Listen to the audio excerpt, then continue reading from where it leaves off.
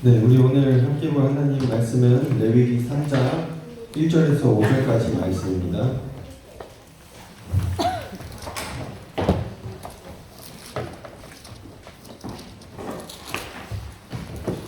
레위기 3장 1절에서 5절까지 말씀입니다. 제가 가진 성경, 구약성경 148페이지에 기록되어 있습니다. 레위기 3장 1절에서 5절까지의 말씀입니다.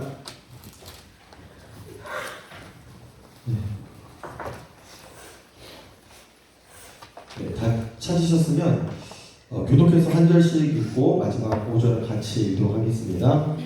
사람이 만일 화목제의 제물을 예물로 드리되 소로 드리려면 수컷이나 암컷이나 흠없는 것으로 여호와 앞에 드릴지니 그 예물의 머리에 안수하고 회막문에서 잡을 것이요 아론의 자손 제사장들은 그 피를 제단 사방에 뿌릴 것이며 그는 또 그 화목제의 제물 중에서 여호와께 화제를 드릴지니 곧 내장에 덮인 기름과 내장에 붙은 모든 기름과 두 콩밥과 그 위에 기름 곧 허리 쪽에 있는 것과 안에 덮인 워플을 콩밥과 함께 떼어낼 것이요 함께 읽겠습니다.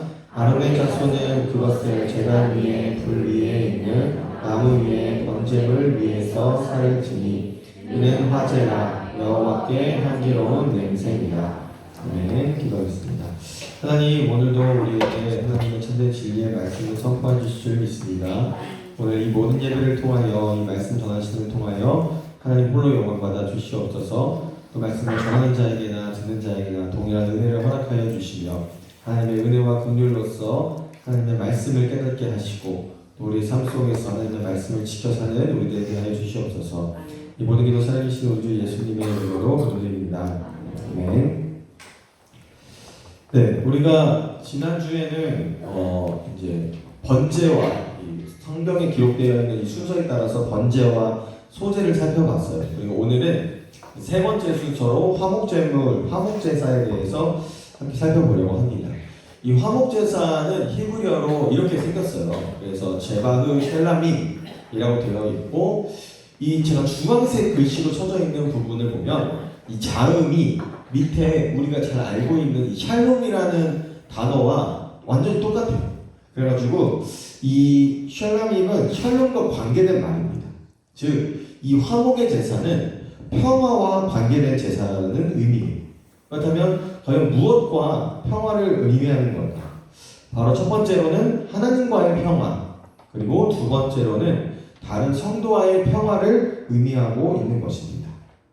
또 하나님과의 평화는 하나님과의 교제를 의미하기도 해요. 왜냐하면 평화로운 관계라는 자체가 사실 좋은 교제 가운데서 이루어질 수 있는 것이기 때문입니다.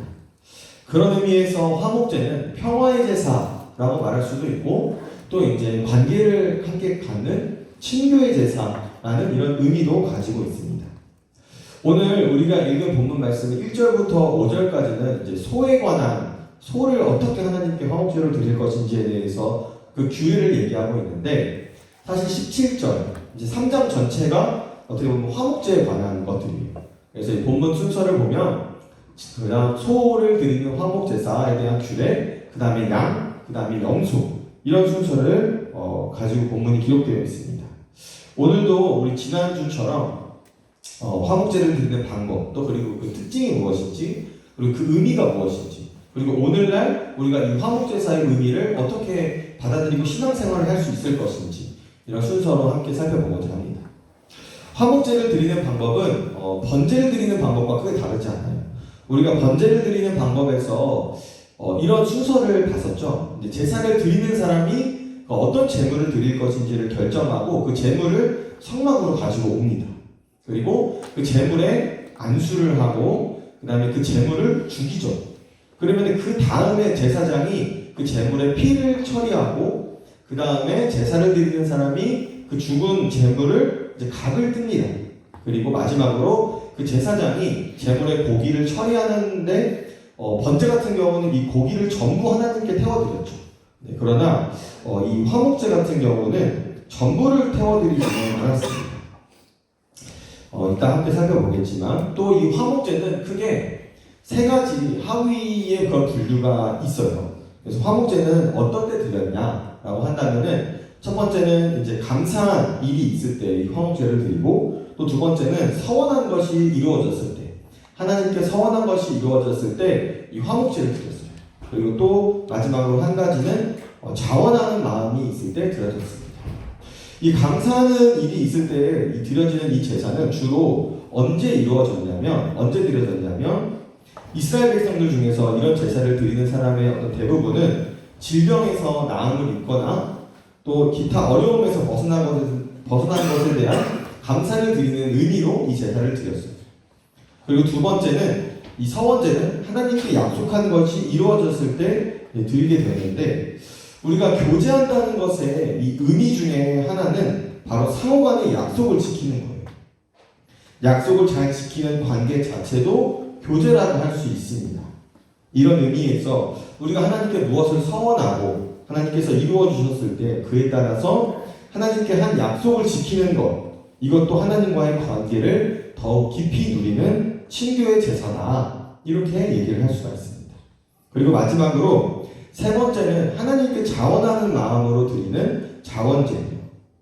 이 자원제는 다른 말로 낙헌제라고도 부르는데, 하나님과의 교제의 절정은 바로 이 자원제라고 얘기할 수가 있습니다. 하나님께 의무적으로 순종하는 것이 아니라 자원하는 마음으로 순종해서 자발적으로 하나님을 사랑하고 기뻐할 때 하나님과의 관계가 가장 깊어지겠죠. 또 다른 의미로 이 자원제가 왜 교제의 절정이라고 할 수 있냐면, 다른 앞에 두 가지의 제사는 사실 뭔가 조건이 있어요.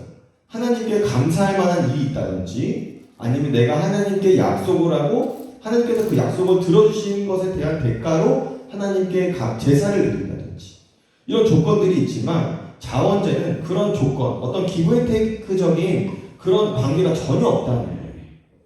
우리도 진짜 친한 친구, 내 몸과 같이 여길 수 있는 사람이 있을 때 그 사람을 위해서 시간을 쓰고 돈을 쓰고 에너지를 쓰는 것에 아까워하지 않아요. 내가 얼마만큼 이 사람을 위해 이 정도로 사용할 수 있을 것인지를 고민하지 않는다는 거예요. 다른 사람들과의 관계에서는 이제 손익을 따지다가도 그 사람 앞에서는 그런 것을 따지잖아요. 이것만큼 교제의 절정을 보여주는 관계는 없습니다. 따라서 하나님께서 무엇을 주셨기 때문에, 하나님께 약속했기 때문에 드리는 제사가 아니라 아무런 대가를 바라지 않고 그저 하나님이 좋아서, 하나님을 사랑해서 드리는 이 자원제가 화목제의 절정이다, 이렇게 얘기를 할 수가 있겠죠. 그다음에 이 화목제의 특징은 무엇이 있냐? 화목제의 가장 큰 특징은 바로 고기를 처리하는 방식이에요. 이 번제는 고기를 전부 다, 이 가죽을 제외한 모든 것을 다 태웠죠. 하지만 화목제는 이 고기를 3등분으로 나눠서 처리를 했어요. 오늘 본문 읽은 그 내용에 따르면은 이 내장과 기름, 또 간, 콩팥, 이런 것들은 제단 위에서 불살라서 하나님께 드렸다고 해요. 그 다음에 그 제사를 드리는 제물의 가슴 부분과 오른쪽 뒷다리는 제사장들의 몫이었어요.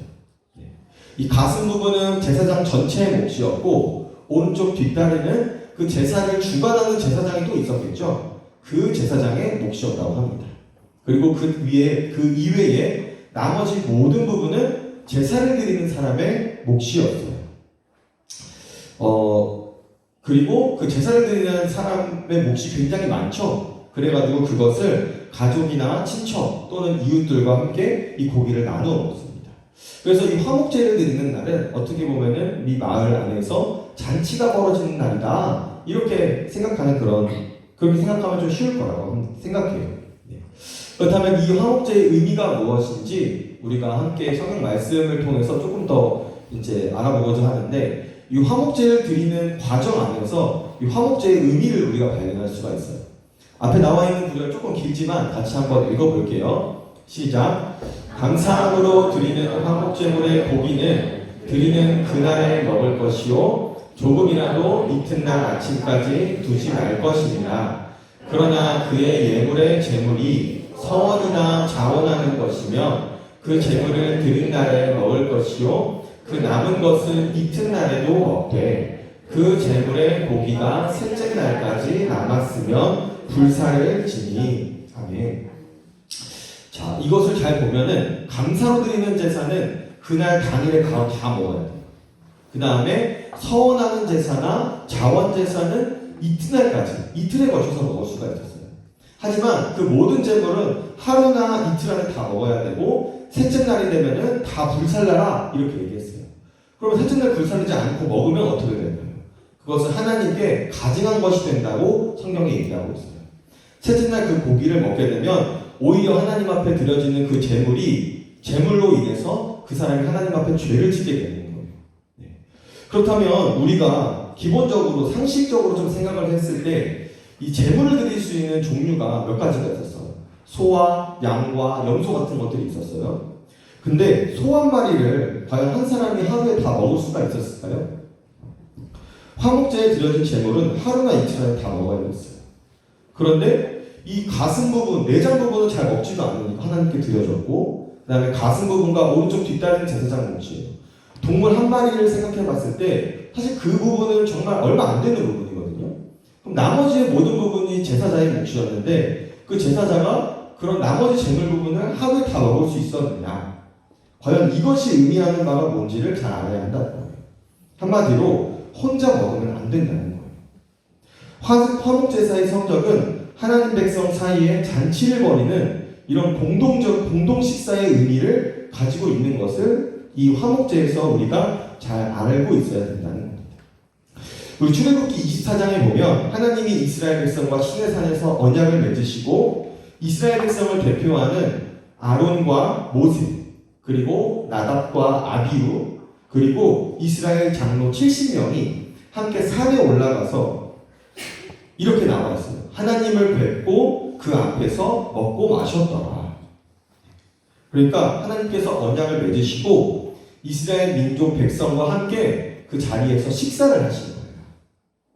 이는 언약 백성과 함께 식사하시는 하나님, 교제하시는 하나님을 잘 보여주는 장면인 거죠. 언약 식사 자체가 교제를 상징하는 그런 식사인 것입니다. 그리고 이 하나님과 화목을 누릴 수 있는 이 어떤 제도, 특권을 이것을 이렇게 백성들에게도 언제든지 누릴 수 있도록 제도화시킨 것이 바로 이 화목제사라는 거예요. 언제든지 하나님과 친교, 언제든지 하나님과 교제할 수 있도록 만든 제사가 바로 이 화목제인 거죠. 그래서 다시 말해서 이 제사제도의 핵심은 하나님과의 교제에 있는 것입니다. 하나님과의 식사에 있는 거예요. 이것이 제사의 궁극적인 목적입니다. 우리가 성경 오늘 레위기 본문에 기록된 순서에 따르면은 드려지는 제사의 성경에 기록된 제사의 순서는 우리가 살펴본 것처럼 번제, 소제, 그 다음에 화목제, 속제제, 속건제 이렇게 순서로 기록되어 있어요. 그렇다면 이스라엘 백성들 사이에서 실제로 드려졌던 제사의 순서는 어땠을까요? 제사의 순서는 조금 달랐어요.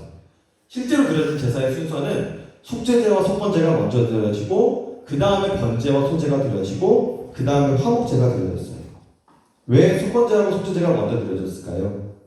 바로 하나님과의 깨어진 관계를 회복하는 출발점은 죄라는 장애물을 제거하는 것에서부터 있기 때문이에요. 그 후에 번제와 소제를 드리는 거예요. 우리가 번제의 의미는 완전한 순종, 나를 온전히 드린다는 것의 의미를 갖고 있다고 했어요. 소제도 곡식을 드릴 때 곡식을 고운 가루로 빻아서 불에 연단해서 하나님께 드린다고 했어요. 이런 과정은 나를 온전히 바쳐서 하나님께 향기로운 냄새로 드리는 것이죠.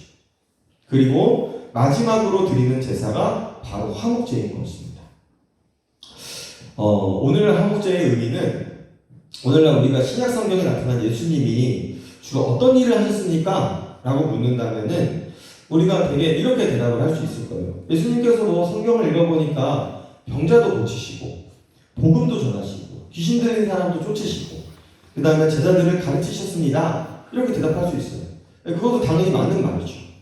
그러나 어떤 사람들은 예수님을 이렇게 기억하기도 했어요. 앞에 나와 있는 구절 함께 읽어볼게요. 시작. 새 요한이 와서 떡도 먹지 아니하며 포도주도 마시지 아니하며 너희 말이 귀신 들렸다 하더니 인자는 와서 먹고 마시매 너희 말이 보라 먹기를 탐하고 포도주를 즐기는 사람이고 세리와 죄인의 친구로다 하니. 네. 여기 보면은 사람들이 예수님을 어떻게 인식하는 사람들도 있었다고 말하고 있죠? 먹기를 탐하고 포도주를 즐기는 사람이다. 그만큼 예수님을 먹고 마시기를 즐기는 사람으로 보일 정도로 예수님이 세리와 죄인들과 함께 식사하는 식사 자리가 많았다는 거예요. 예수님께서 먹고 마신 것은 왜 그러셨을까요? 단지 육체적인 만족과 어떤 쾌락을 즐기기 위함이었을까요? 아닙니다. 예수님께서 이 땅에 오셔서 사람들과 그렇게 잔치를 벌이신 것은 화목제의 궁극적인 목적인 천국잔치를 회복하기 위해서 오시기 때문이에요. 천국잔치를 회복하시기 위해 이 땅에 오신 것입니다. 성경은 예수님이 우리의 화목제물이 되셨다라고 얘기를 해요. 그리고 예수님께서 화목제물 되심으로 하나님과 인간 사이를 화해시키셨고 인간과 인간의 사이를 화해시키셨어요. 인간과 인간 사이라고 말하면은 유대인과 이방인의 사이를 회복하신 것을 의미하고 있습니다. 그러므로 우리는 그리스도가 화목제물 되신다는 화목의 복음을 세상에 전해야 하는 그 복음의 의무가 있다. 이렇게 또 성경이 얘기하고 있어요. 앞에는 이제 사도 바울이 고린도 교회에 보낸 편지인데 우리가 함께 또 같이 읽어볼게요. 시작. 모든 것이 하나님께로서 났으며 그가 그리스도로 말미암아 우리를 자기와 화목하게 하시고 또 우리에게 화목하게 하는 직분을 주셨으니 곧 하나님께서 그리스도 안에 계시사 세상을 자기와 화목하게 하시며 그들의 죄를 그들에게 돌리지 아니하시고 화목하게 하는 말씀을 우리에게 부탁하셨느니라. 하나님께서 우리에게 주신 직분, 하나님께서 우리에게 부탁하신 것은 화목하게 하는 복음, 하나님과 인간 사이를 화목하게 하는 복음을 너희가 전해라. 이것을 우리 모두에게 부탁하셨다고 사도 바울은 얘기하고 있습니다. 하나님이 하나님의 백성을 창조하시고 구원하신 목적은 바로 하나님과 하나님 백성 사이의 교제를 위한 것입니다. 그럼 그런 의미에서 우리가 오늘 배운 화목제는 이런 영원한 천국에서의 사랑의 잔치, 또 사랑의 교제를 가장 잘 보여주는 그런 제사의 모습이다. 이렇게 얘기를 할 수가 있겠죠. 우리가 서로 사랑하는 모습을 통해서 우리가 우리의 거룩한 삶과 교제를 통해서 천국 잔치의 모형을 세상에 보여줘야 되는 의무가 우리에게 있다는 것입니다. 우리가 이번 한 주간도 하나님과의 더 깊은 교제 시간으로 나아가며 내 이웃을 내 몸과 같이 사랑하는 우리 모두가 되기를 간절히 소망합니다. 기도하겠습니다.